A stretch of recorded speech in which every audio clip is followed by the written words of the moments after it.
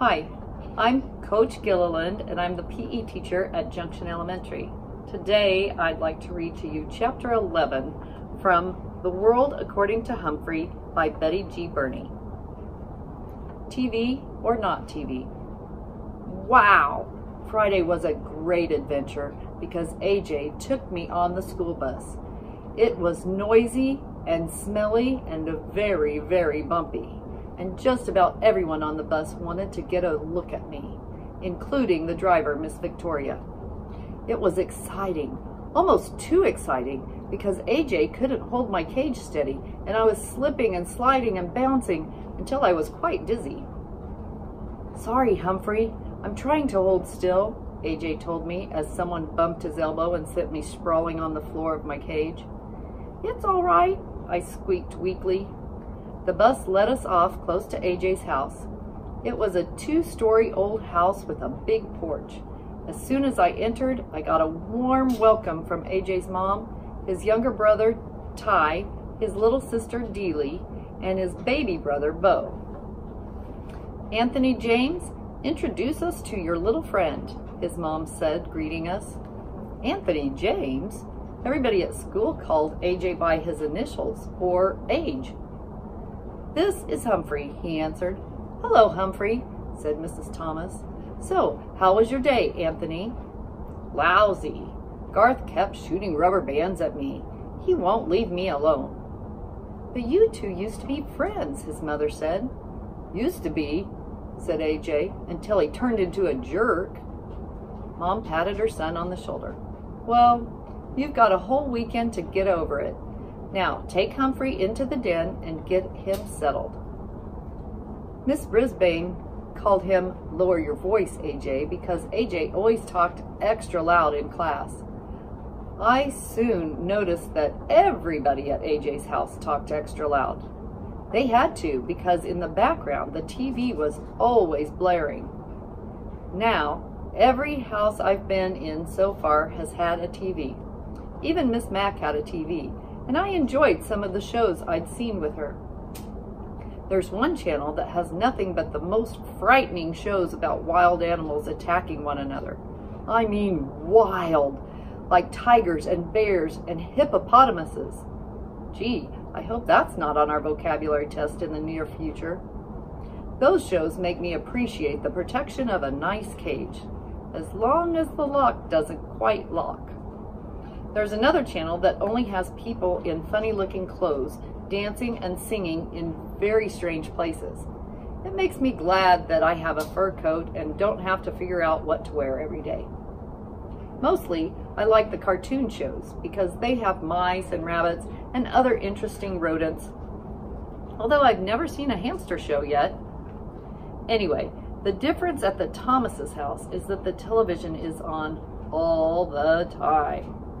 There's a TV on across from a big comfy couch and a big comfy chair, and someone's almost always sitting there watching. I know because they put my cage down on the floor next to the couch. I had a very good view of the TV. I couldn't always hear the TV though because AJ's mother had a radio in the kitchen, which was blaring most of the time while she cooked or did crossword puzzles or talked on the phone. No matter what she did, the radio was always on. When AJ's dad came home from work, he plopped down on the couch and watched TV while he played with the baby. Then AJ and Ty plugged in some video games and played while Dad watched. Deely listened to the radio with her mom and danced around the kitchen. When it was time for dinner, the whole family took plates and sat in the den so they could watch TV while they ate. Then they watched TV some more. They made popcorn and kept watching. Finally, the kids went to bed. The baby first, then Deely, and later Ty and AJ. After they were all in their rooms, Mr. and Mrs. Thomas kept watching TV and ate some ice cream. Later, Mrs. Thomas yawned loudly. "I've had it, Charlie. I'm going to bed, and I suggest you do too," she said. But Mr. Thomas just kept on watching. Or at least he kept on sitting there until he fell asleep on the couch. I ended up watching the rest of the wrestling match without him. Unfortunately, the wrestler I was rooting for Thor of Gore, lost. Finally, Mr. Thomas woke up, yawned, flicked off the light and the TV, and went upstairs to bed. Peace at last. But the quiet only lasted about 10 minutes. Soon, Mom brought Bo downstairs and gave him a bottle while she watched TV. When Bo finally fell asleep, Mrs. Thomas yawned and flicked off the TV. Blessed relief.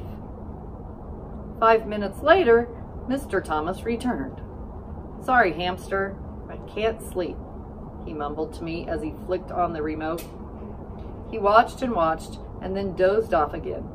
But the TV stayed on, leaving me no choice but to watch a string of commercials for car waxes, weight-reducing programs, exercise machines, and red-hot harmonica classics. The combination of being nocturnal and being bombarded with sight and sound kept me wide awake. At the crack of dawn, Dealey tiptoed into the room, dragging her doll by its hair, and switched on a cartoon about a princess. She watched another show about cats and dogs. Scary. Then Mr. Thomas woke up and wanted to check some sports scores. Mrs. Thomas handed him the baby and his bottle, and soon the older boys switched over to video games, and their parents watched them play. It was loud, loud, loud. But the Thomases didn't seem to notice. "What do you want for breakfast?" Mom shouted. "What?" Dad shouted louder. "What do you want for breakfast?" Mom yelled. "Toaster waffles," Dad yelled louder. "I can't hear the TV," Ty hollered, turning up the volume. "Do you want juice?" Mom screamed. "Can't hear you," Dad responded, and so it went. With each new question, the sound on the TV would be turned up higher and higher until it was positively deafening. Then Mom switched on her radio. The Thomases were a perfectly nice family, but I could tell it was going to be a very long and noisy weekend unless I came up with a plan. So I spun on my wheel for a while to help me think, and I thought and thought and thought some more, and then it came. The big idea. I probably would have come up with it sooner if I could have heard myself think. Around noon, the Thomases were all watching the football game on TV. Or rather, Mr. Thomas was watching the football game on TV while AJ and Ty shouted questions at him. Mrs. Thomas was in the kitchen listening to the radio and talking on the phone. Dealey played peekaboo with the baby in the cozy chair. No one was watching me, so I carefully opened the lock that doesn't lock on my cage and made a quick exit.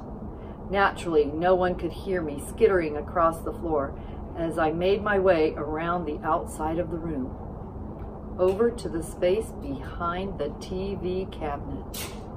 Then, with great effort, I managed to pull out the plug, one of the most difficult feats of my life. The TV went silent. Beautiful, blissful, silently silent. So silent, I was afraid to move.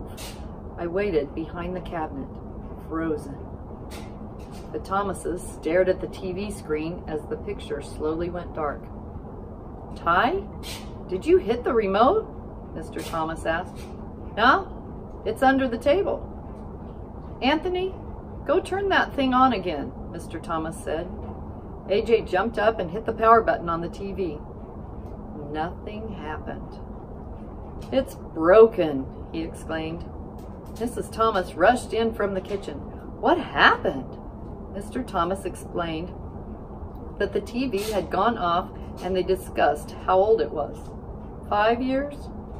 Whether it had a guarantee, no one knew, and if Mr. Thomas could fix it.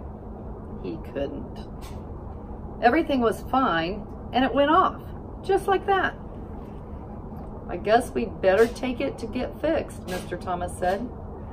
"How long will it take?" Dealey asked in a whiny voice. "I don't know," her dad replied.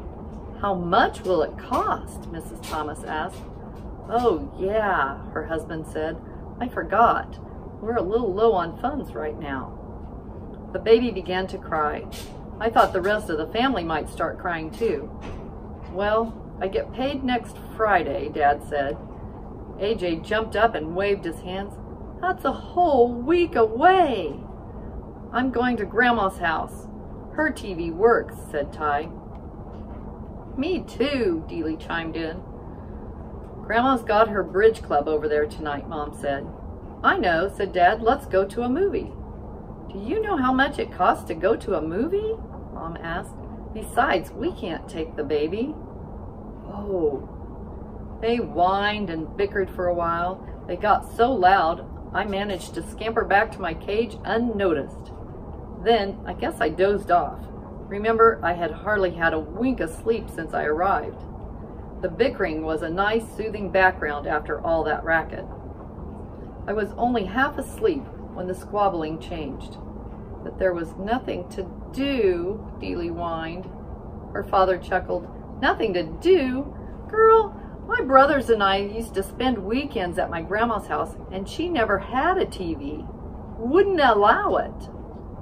What did you do? AJ asked. Oh, we were busy every minute, he recalled. We played cards and board games and word games, and we dug in her garden and played tag. He chuckled again. A lot of times we just sat on the porch and talked. My grandma, she could talk. What'd you talk about? Ty wondered. Oh, she'd tell us stories about her growing up, about ghosts and funny things like the time her uncle was walking in his sleep and went to church in his pajamas.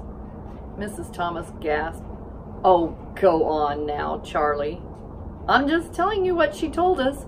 He woke up in the middle of the service, looked down, and there he was in his blue and white striped pajamas. I let out a squeak of surprise, and the kids all giggled. Then Mrs. Thomas told a story about a girl in her class who came to school in her slippers by accident one day. Yes, the fuzzy kind, she explained, with a big smile. They talked and talked, and Dad got out some cards, and they played a game called Crazy Eights and another one called Pig, where they had to put their fingers on their noses and laughed like hyenas. When Bo fussed, they took turns jiggling him on their knees. After a while, Miss Thomas gasped, oh, goodness sakes, it's an hour past your bedtimes. The children all groaned and asked if they could play cards tomorrow, and in a few minutes, all the Thomases had gone to bed, and it was quiet, quiet, quiet, for the first time since I'd arrived. Tip 11. Be careful. If set free, hamsters are experts at disappearing in a room.